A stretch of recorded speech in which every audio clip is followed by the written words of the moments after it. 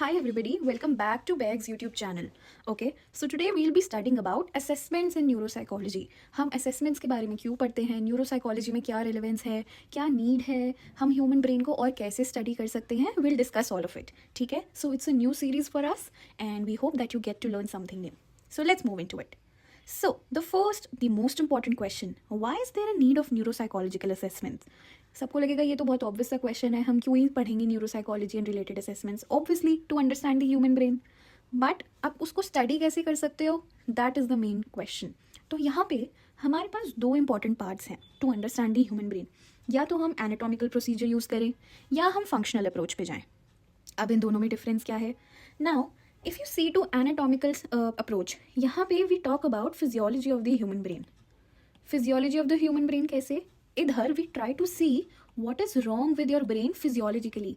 क्या ब्रेन की कोई नर्व सप्रेस हो गई है, या कोई लीजन है आपके किसी एक्सीडेंट की वजह से, या ब्रेन का कोई एरिया कंप्रेस हो गया है, या ब्रेन डीजनरेट होना शुरू हो गया है. कोई भी फिजिकल इशू ऑब्जर्व होता है आपके ब्रेन में and it leads to certain changes in your behaviour या in your lifestyle, we call it anatomical procedure. आपके ह्यूमन ब्रेन की फिजियोलॉजी स्टडी करके अगर हम किसी कंक्लूजन पे आ रहे हैं and we are understanding, try to see how brain is impacting your life, we call it anatomical procedure. दूसरा तरीका हमारे पास आता है फंक्शनल अप्रोच का. The name itself suggest that we are looking into the functions of human body. अब इधर it goes a little reverse pathway as compare to anatomical procedure. यहाँ पे हम देखते हैं फंक्शंस में क्या इश्यूज आ रहे हैं. आप रेगुलरली कोई भी काम कर रहे हो, for example if you are writing, suddenly आप लिख नहीं पा रहे हो, या for example if I am trying to learn something but सामने वाला क्या बोल रहा है मुझे समझ नहीं आ रहा है, I am not able to comprehend, I am not able to listen, ये सडनली मुझे सब कुछ दिखना बंद हो जाता है, कोई विजुअल इम्पेयरमेंट हो रही है. तो मेरे फंक्शंस में क्या इश्यूज आ रहे हैं, उससे वी ट्राई टू सी कि ब्रेन में क्या इशू होगा. तो we try to understand human brain with regards to issues we face in our daily life style. अगर कोई मेमोरी इम्पेयरमेंट है, कोई लर्निंग इम्पेयरमेंट है, या कुछ कॉम्प्रीहेंड नहीं कर पा रहे हैं, अगर काफ़ी फॉरगेट हो रही हैं चीज़ें, या any cognitive deficit you are facing, तो उसका रिलेशन ह्यूमन ब्रेन से कैसे है. To understand human brain with respect to its functions, that is the functional approach we use. So to summarise, अगर ब्रेन में कोई इशू है एंड उससे हम देख रहे हैं कि फंक्शंस पे क्या इम्पैक्ट पड़ रहा है, दैट इज़ एनाटॉमिकल इशूज़. हम ब्रेन की इंजरी चेक करके फंक्शंस देखते हैं एंड इधर फंक्शंस पे कुछ इम्पैक्ट कर रहा है एंड उसका ब्रेन पे क्या उससे रिलेशन होगा, that is your functional approach. आप फंक्शंस देख के एज्यूम कर रहे हो कि कौन से ब्रेन के रीजन में इशूज़ होंगे. Okay, I hope I am clear with this. Let's move forward to it. Now थोड़ा सा डिटेल में ट्राई करते हैं समझने का. द एनाटॉमिकल या structural description, the name again says कि हम ब्रेन का स्ट्रक्चर देख रहे हैं कि स्ट्रक्चर में कोई इशू तो नहीं है. It could be your cranial nerves, it could be your brain physiology, it could be any lesion, या किसी भी तरीके का डैमेज जो आपके ब्रेन को हुआ, उसकी वजह से आपकी लाइफ पे क्या इम्पैक्ट पड़ेगा वो आपको कैसे पता चलेगा. अगर आपके ब्रेन में कोई इशू है, फॉर एग्जाम्पल ट्यूमर की वजह से आपका कोई ब्रेन का पार्ट सप्रेस हो गया है, it's a physiological issue. The doctor will see and check the tumour and will tell you कि आपके किस किस लाइफ के फंक्शंस पे इशू आ सकता है. Okay, basically here it says to understand the changes in clients nervous system in neurological and anatomical terms. अगर आपके नर्वस सिस्टम में, ब्रेन में, स्पाइनल कॉर्ड में कोई फिजिकल इशू आता है, कोई नर्व डैमेज हो रही है या कोई भी पार्ट डैमेज हो रहा है, and how it is impacting your life और how it could impact your life, that is the anatomical approach we use. Second, to understand the association between anatomical structures and behavioural function. किसी भी brain damage की वजह से आपके behaviour पे क्या impact पड़ रहा है. फॉर एग्जाम्पल, अगर मेरा टेम्पोरल लोब कहीं से डैमेज हो गया है तो मुझे किस फंक्शन में दिक्कत आएगी, क्या मुझे बोलने में दिक्कत आएगी या मुझे समझने में दिक्कत आएगी. It's for you to know, this is a task for you to identify कि अगर टेम्पोरल लोब डैमेज होता है तो हमें क्या डेफिसिट्स देखने को मिलेंगे कॉग्निटिवली. ऐसे ही we understand the brain behaviour relationship. हमारे ब्रेन की और बिहेवियर की क्या रिलेशनशिप है, how it impacts each other. Then, to observe the dysfunctional changes in specific behaviors and draw inferences about the gross neuroanatomical changes. क्योंकि हमने behaviour में changes अगर देखने हैं तो उसके लिए हमें जाना पड़ेगा कि ब्रेन में कहाँ इश्यूज है, न्यूरोएनाटॉमिकल चेंजेस क्या हुए हैं ब्रेन में which can lead to certain dysfunctional behaviours. Okay, then comes our functional description. जैसे पहले बताया था, it describes a person's abilities using psychological models instead of brain anatomy.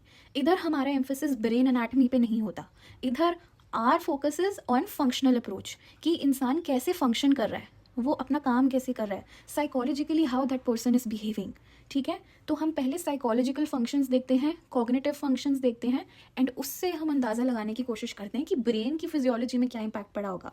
So instead of saying the patient has damage in the left temporal lobe, functional approach बोलेगी that the patient has a deficit in retrieving names of common objects.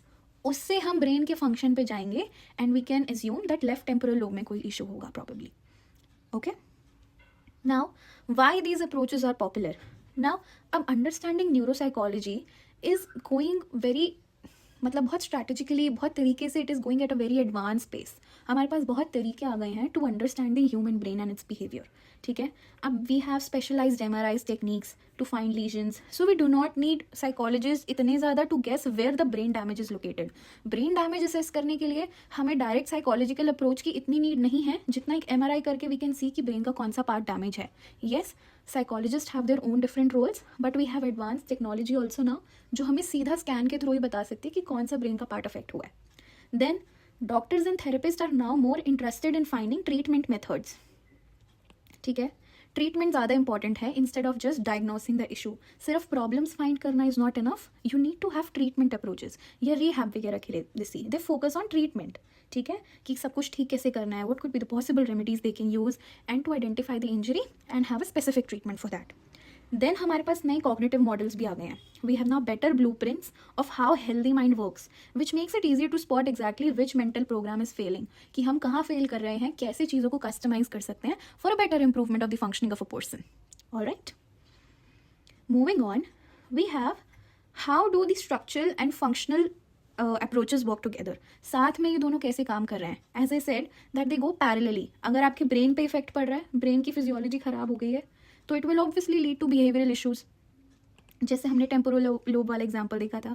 And similarly आपके behaviour में अगर changes आ रहे हैं, आपके lifestyle में कोई issues आ रहे हैं, लाइफस्टाइल से as in cognitively I am talking about, cognitive domains की बात कर रही हूँ। अगर यहाँ पे if you are facing any difficulty, obviously we can get back to your human brain and see कि ब्रेन के साथ क्या इशू है, so that we can provide the treatment accordingly. Moving on, अब हमारे पास 5 मेन गोल्स हैं neuropsychological assessments by which clinical improvement in client status might be achieved. Ultimately सबका गोल तो इम्प्रूवमेंट ही होता है, that patient should be improved, he should be cured, ठीक है। अब उसके लिए हमारे पास 5 इंपॉर्टेंट गोल्स होते हैं जिसका हमें ध्यान रखना पड़ता है। We need to do the medical evaluation, medical intervention पे ध्यान देते हैं। Then we have psychological intervention, then we need to take care of the management, the prognosis and monitoring change. Now one by one will figure it out कि ये सब क्या होता है, what all is included in these 5 goals. First we have is medical intervention. As the name suggest, हमारे medical experts इस चीज़ को देखते हैं। यू हैव एक्सपर्टाइज और very specialise team of doctors in this domain.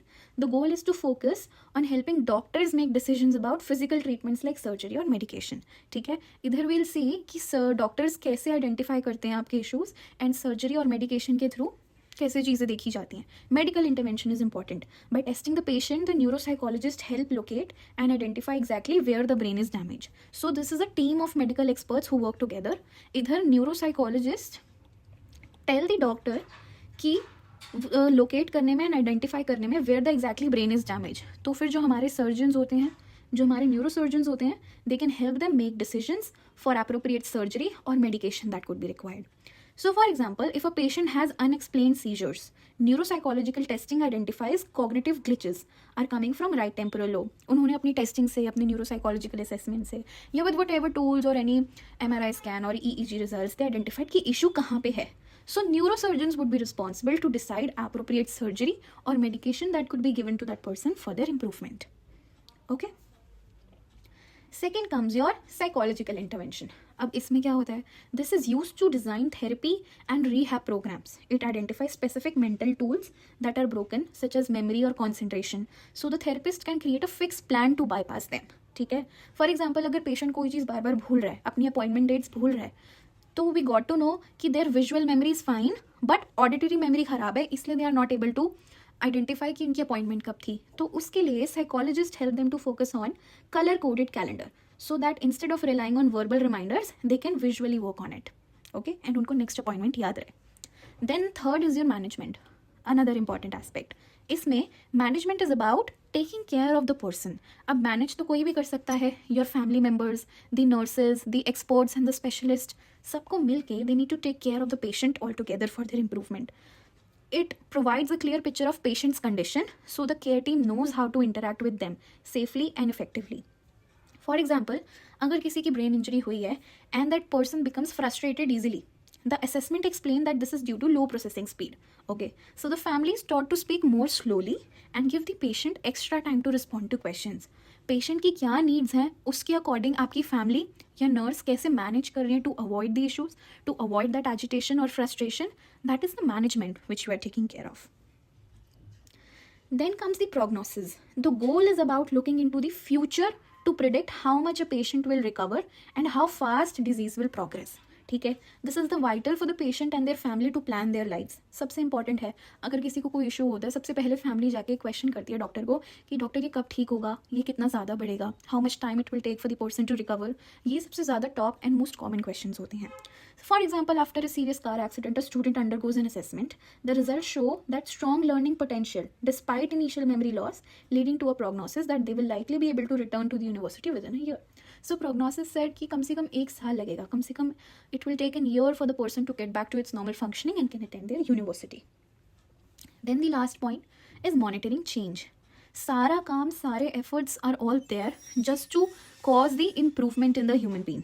Change होना चाहिए तभी it will be effective. Now we try our best कि चेंज पॉजिटिव हो. इट इज़ इंपॉर्टेंट हम उसको मॉनिटर करें so that we can at least see that whether patient is improving और not improving. अगर पेशेंट इम्प्रूव हो रहा है then it's great. If a person is not improving then we need to modify our plan of course. ठीक है, obviously change monitor करना is necessary to identify whether things are going fine और not, whether you need to alter your treatment method और not. Now there are certain models of neuropsychological function. ठीक है, जो हमारी prior history से आते हैं and what we are currently accepting and what we are not accepting. So we need to study those models and see कि लोगों की क्या क्या approach रही है. So in late 19th century we has a localizationist approach. This was earliest historical approach. It operates on a belief that brain is like a map where every specific psychological function has one exact physical home. Localisationist approach कहती है कि हर brain का एक particular area होता है which is responsible for a particular psychological function. For example, मेरा occipital lobe खराब हो गया है, देन मैं विजुअली देख ही नहीं पाऊंगी. मतलब it says that one area of the brain is responsible for one function. But later on this theory was rejected. So हमारी लेटेस्ट थ्योरी आई कि इंटरैक्शनिस्ट थ्योरी पे, the modern standard which people mostly follow now. Now this approach suggests that complex abilities are built out of smaller basic skills that are combined. छोटी छोटी skills को combine करके we come up with a one big skill. And किसी भी अगर छोटी skill कोई खराब हो जाती है, the small skill gets disrupted, it affects the bigger function of course. Damage to a specific area breaks the basic component. ठीक है, for example if I say that my one skill is made up of these 5 components. ठीक है, and it makes up a skill. अगर मेरी ये एक component खराब हो जाता है then it will impact my entire large function. So which then ripples out and affect several higher abilities that rely on that one particular component. हो सकता है ये छोटा सा कंपोनेंट किसी और फंक्शनिंग में भी यूज हो रहा हो. ठीक है, फॉर एग्जाम्पल अगर मुझे कोई विजुअल इम्पेयरमेंट हो गई है, I will be not able to see. अब मैं देख नहीं पाऊंगी तो I won't be able to drive. I won't be able to see and learn on YouTube. या मे बी मैं अपनी क्लासेस में नहीं देख पाऊंगी. I won't be able to see the diagrams. अगर मैं देख नहीं पाऊंगी there would be a lot of issues I might be facing to understand things. ठीक है, तो एक छोटा पर्टिकुलर इशू हुआ है, विजुअल इम्पेयरमेंट हुई है and my entire functioning is getting affected. Okay? It's like a computer कि उसका graphic card has a specific spot. But अगर वो ही break हो जाए, it doesn't affect just one game. It affects every program that needs to show an image. ठीक है, it's a basic function which affects bigger function. Now अब actually में neuropsychology practice कैसे होती है, क्या क्या होता है. हमने थ्योरी तो पढ़ ली but we also need to see कि अब एक्चुअली प्रैक्टिस कैसे करते हैं इसको. उसके लिए we have 3 different approaches, 3 different types of clinical practice. Your behavioural neurology, the neuropsychological battery approach and individual centred normative approach.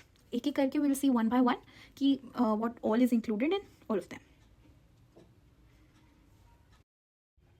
So, our first approach is behavioral neurology or the Luria approach. We called it Luria approach because यहाँ पे majorly work was done by Alexander Luria. Okay, सो इसका focus क्या होता है? The individual centred and qualitative kind of approach. It looks at how patient performs a task and not just there final score. ठीक है, for example हमने किसी impaired person को बोला, कॉग्निटिवली इम्पेयर्ड पर्सन को बोला that try to make a clock. अब clock में वो सर्कल बना रहा है नहीं बना रहा है, are the numbers appropriately placed और नॉट, इसका एक एंड में स्कोर होता है. फॉर एग्जाम्पल हमने इसको 10 में से कितना स्कोर दिया है बेस्ड ऑन कि how did he make the clock, how well did he make the clock. तो हम खाली यहाँ पे स्कोर नहीं चेक करते दैट ही स्कोर 3 और 4 आउट ऑफ 10. हम यहाँ पे अप्रोच देखते हैं. we'll see how the individual has performed the task. Did he start drawing the clock from the left side or from the right side? Numbers उसने कैसे देखे हैं. Instead of using complex statistics only, the clinician looks for a basic behaviours that a healthy person should be able to do. अब to make a clock a person should have basic abilities. उसको पता होना चाहिए कि clock pen से बनेगी, तो मैं I pick a pen. Clock के नंबर्स कहाँ होने चाहिए, दे शुड नो. क्लॉक में कितने नंबर्स होते हैं, दे शुड नो. तो बेसिक बिहेवियर क्या होता है, शुड ऑल्सो बी डिटरमाइंड. हम थोड़ा सब्जेक्टिवली देखते हैं इसको, थोड़ा क्वालिटेटिव वे में देखते हैं, not just depend entirely on the statistics. Okay. For example, as I said, a patient is asked to draw a clock. The clinician doesn't score the drawing but watches if the patient starts from the left side or right side, identifying the process of the failure. कि issue कहाँ आया. अब सबके पास scores तो same ही हो सकते हैं ना. There must be multiple people who scored 5 on 10 or 4 on 10. But personalized issue कहाँ था, कोई specific issue किसी को हो, that needs to be identified. So that is taken care in the behavioral neurology part. Then comes your second approach, your neuropsychological approach. यहाँ पे हम standardized batteries या standardized questionnaire यूज़ करते हैं, one size fits all. ऐसे हम test use कर सकते हैं which mostly covers all the brain functions, and we rely heavily on statistics and actual data to determine the type and location of the lesion. For example, हमने different domains के हिसाब से, different brain functions के हिसाब से questionnaire बनाया जिसमें we have 5 questions for each aspect. ठीक है, अब किसी ने किसी particular function पे perform नहीं करा तो that would help us identify the problem a person is facing and the location of the lesion. For example, a patient spends 6 to 8 hours completing a massive workbook of standardized tests. अब test भी also depend करते हैं कि कितना lengthy है. It could be 100 questions, it could be 10 questions, it could be 50 questions. So it entirely depends on test to test. हमने किसी को time दिया, that person took 6 to 8 hours to complete this test. The results are plugged into computer to generate a statistical probability of the brain damage.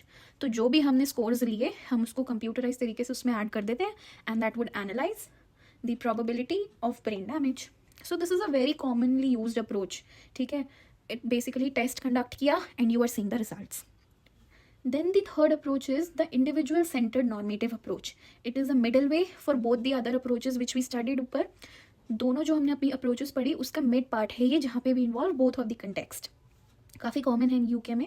That combines formal testing with tailored plan for each patient. यहाँ पे हम सारे standardise test भी conduct करते हैं, plus यहाँ पे हम सब्जेक्टिव अप्रोच भी यूज़ करते हैं कि specifically catered to a particular individual, कि किसी पर्टिकुलर इंडिविजुअल के लिए क्या ठीक है. ठीक है, यहाँ हम टेस्ट भी कंडक्ट करेंगे या हम सब्जेक्टिव अप्रोच भी रखेंगे. The clinician pick specific test based on patients unique complaints rather than giving every test to every person. अब अगर किसी को लर्निंग में दिक्कत है तो हम उसको किसी और चीज़ का टेस्ट नहीं देंगे. ठीक है, if you have issues with your any particular part, for example अगर आपको एक्सरे करवाना है तो सिर्फ रिक्वायरमेंट ही एक्सरे की है, तो दैट डजंट मीन आप एमआरआई भी कराने चले जाओ, आप पेट स्कैन भी करा लो, आप ईईजी भी करा लो. जिसकी नीड है आप वही टेस्ट करवाओगे. What ever is required you get that particular thing done instead of performing each and everything. Okay, so this approach talks about that rather giving every test to every person, we just pick a specific test as required by the patient needs. If a patient only complains of losing their way home, the clinician skips the language test and performs a deep dive testing on spatial navigation and visual memory. It clearly states that this example कि इसमें a person forgets कि उसके घर का रास्ता क्या है, how to get to their home. So instead what clinician decide कि हम language के सारे test skip कर देते हैं and we instead focus on spatial navigation test and visual memory. I hope this much is clear. Moving forward, अब to bring about a change in person's behavior, in person's neuropsychology and improve their functioning, the medical team work in the background. सारी चीज़ें consider होती हैं. First of all is your neurological examination. अब इसमें the doctor takes the history of a patient. History में आपकी family history आ जाती है, genetic history आ जाती है, आपकी sleep history आ जाती है, speech, headaches, सब कुछ पूछते हैं वो. They ask about your history. Then they do their physical examination. Physical examination में they might test your reflexes, your muscle power, coordination, your cranial nerves and their vision, smell, etc. etc. Example, a doctor taps patient's knee with a mallet to check reflexes before sending them for a memory test. Fair? Then second approach like the medical team में और क्या क्या चीज़ें करते हैं, पहले neurological examination होता है, फिर आपके फ्लूइड एंड इलेक्ट्रिक टेस्ट होते हैं. फ्लूइड टेस्ट में आपके ब्लड टेस्ट होते हैं, जैसे आपका CBC, LFT, KFT, urine test, CSF test, ये सब होते हैं to check the chemical imbalances, sugar and abnormal cell growth which could be possible. ठीक है. देन आपके इलेक्ट्रिकल टेस्ट आते हैं. इसमें फॉर एग्जांपल हमारे पास आता है EEG, इलेक्ट्रोएंसेफेलोग्राम. डिटेल में इसको भी देखेंगे, थोड़ा बेसिक्स देखेंगे, बाकी one by one will get to each one of it. Recording the brain's electrical activity to find epilepsy or tumors. Depends कि patient को क्या issue हुआ, what were the issues that person might be facing. So evoked potential, testing how brain reacts to a specific sound or light, useful if a patient cannot speak or cooperate, generally in most cases. Then comes your brain imaging techniques. Neurological examination हो गया, fluid test करा लिए सारे, your brain imaging is there, electrophysiology में आपने EEG करा लिया. Then EEG, see, you see this image, that's how the EEG is done. Now in EEG जो हमारा इलेक्ट्रोएंसेफेलोग्राफर होता है, he will examine the relative power of standard frequency bands and inspect the EEG record for specific abnormal features if any. ठीक है. This will provide an assessment of patient state of consciousness, the evidence of any epileptic activity if it's there, and localizing abnormal signs which may be associated with focal pathology या कोई tumour हो या anything. Okay. Brainstem evoked potential can provide evidence of function or sensory afference. Evoked potential may also be used to assess the possibility of hysterical reactions. ठीक है. तो basically बहुत सारी चीज़ें करनी पड़ती है in order to come to a conclusion for your brain functioning. Then second technique involves plain X-ray. तो यहाँ पे the skull is carried out in case of head injury. The X-ray is carried out in case of head injury, for possible presence of any sort of fractures. Yet could be also valuable in other cases by providing evidence of raised intracranial pressure. आपके brain के अंदर, आपके school के अंदर कोई भी excess pressure होता है, you know that your brain is a floating organ and it is surrounded by a thick fluid known as cerebrospinal fluid. अब इसकी वजह से कोई इंट्राक्रेनियल प्रेशर ना हो, आपके ब्रेन के ऊपर प्रेशर ना पड़ रहा हो, या कोई कैल्सिफिकेशन ना हो within the brain which is the evidence of both certain type of tumour या certain types of cerebral disease. Altered bone density भी चेक कर सकते हैं, and all of this could be identified with the help of a plain X-ray. इसी का थोड़ा advanced version आ जाता है हमारे CT स्कैन्स. ठीक है. It involves the use of rotating X-ray beam which circles with the head in combination with a pair detector while a computer calculates the densities of the tissue. अब इधर CT is a थोड़ा advanced version of x ray जो multiple images दे देता है पूरे brain की, and काफ़ी density based पे डिफरेंट स्लाइसेस की आपको इमेजेस दे देता है ऑफ द ब्रेन. ठीक है. As mention here, and presents the information in the form of series slices through the brain. Now CT scanner show good bony detail and delineation of CSF spaces. कोई भी आपके cerebrospinal fluid की वजह से space create हो गई है, कोई हॉलो स्ट्रक्चर क्रिएट हो गया है, एंड कोई आपके ग्रे एंड वाइट मैटर पे इफेक्ट हो रहा है, and which is impacting the brain density overall, can be identified with a CT scan. The CT scan or the CAT scan, which is computerized axial tomography scan, has become the standard method of localization of lesions. कोई भी brain में lesions होती है तो this is our most common approach we use in clinical neurology and neuropsychology, and it is widely available and काफ़ी comfortable होती है, कुछ खास discomfort होता नहीं है, कुछ खास significant risk भी नहीं है, and has a relative good validity of the same. Hence people use it more. Then comes your positron emission therapy, that is your PET scan. A more recent development is the PET scan. थोड़ा recent version as compared to the CT scan. It involves the measurement of oxygen and glucose metabolism using a positron emitting isotope. इधर क्या होता है, a person is injected with a radioactive tracer like sugar into their vein, and वहाँ पे फिर भी wait for 1 hour or something ताकि वो जो आपने radioactive material inject करा it reaches the brain. Okay, and they lie still for some time, and later we can see using the scans the 3D images showing brain activity, revealing metabolic hotspots and indicating the disease. तो वो जब आपका radioactive material brain में चला जाता है, it gets activated and you get a scan done. You can see that it gets highlighted, जैसे in images में we can observe. It has poor anatomical resolution, but it has an advantage of measuring cerebral metabolism and its function, of course. It is comparatively a less expensive version using single photon SPECT, is likely to become more generally available and may have a greater clinical impact. लेकिन it entirely depends on the doctor and as per the patient's condition कि उसके लिए क्या best रहेगा. Then So next technique is the MRI technique, which is your magnetic resonance imaging. Now a brain MRI is a test that takes clear pictures of your brain without any surgery or pain. You see this machine? Here is the person is made to lie down inside a strong magnetic field. Now how this works, our brain has a lot of water. Water has tiny particles. The MRI machine uses strong magnet to line up these particles and sends the radio waves. When the particles go back to normal, they send signals. A computer changes these signals into brain images. Okay? No cuts, no injections, no harmful sort of radiation. Basically, you can say the brain MRI is a powerful camera that shows brain in detail. ठीक है, it can show us the different parts of the brain, कोई tumours, strokes या कोई भी brain injuries, infections या brain degeneration, it are observable with the help of an MRI. ठीक है, as also mentioned here, it is a very safe technique and it is a very rapid state of development and will almost certainly come to complement CAT scan in clinical application, of course. Now again, I'm saying it depends on a person to person whether they require MRI technique or they require CT scan. So it is a very personalized approach in terms of requirement. Then the last is angiogram, air encephalogram. Now here, X-ray test is done using special dye to map blood flow in the brain. Now I want to see कि brain में blood flow कैसा है, ठीक है? So I would inject a special kind of dye, ठीक है? And this dye, once it reaches the brain, it will highlight here the blood flow, okay? It is a contrast medium. Here the contrast medium is injected into the cerebral circulation so that sequential plain X-ray images of the head reveal dynamics of vascular circulation. हमें देख जाता है कि यहाँ पे circulation कैसा है and the topography of blood vessels. Whereas जो हमारी air encephalography होती है, इधर the insertion of quantity of air into the cerebrospinal fluid so that by rotating the patient, the outlines of ventricular system may be imaged. ठीक है? Both techniques involve some risk and considerable discomfort as well to the patient, of course, and have been largely supplanted by the modern imaging techniques. Alright. So at the end, for this video, the conclusion is that there is an entire teamwork of people who are expertise in their field to collaborate with each other and come up with a nice solution for a person having some neuropsychological impairment. We have computer support, we have artificial intelligence support, which can now help us give tests, analyze the results, and make assessments more precise. We have online assessments as well now available. You just need not to specifically pick a pen and paper and do the test. You have computerized system for that as well now. And there is a strong clinical team. The neuropsychology is the most effective when the results are shared with the speech therapist, physiotherapist, and your social workers, of course. When everybody comes together to define a structured plan for a patient, ultimate goal is their improvement. The final aim is always the same, improving patients' quality of life and helping them recover.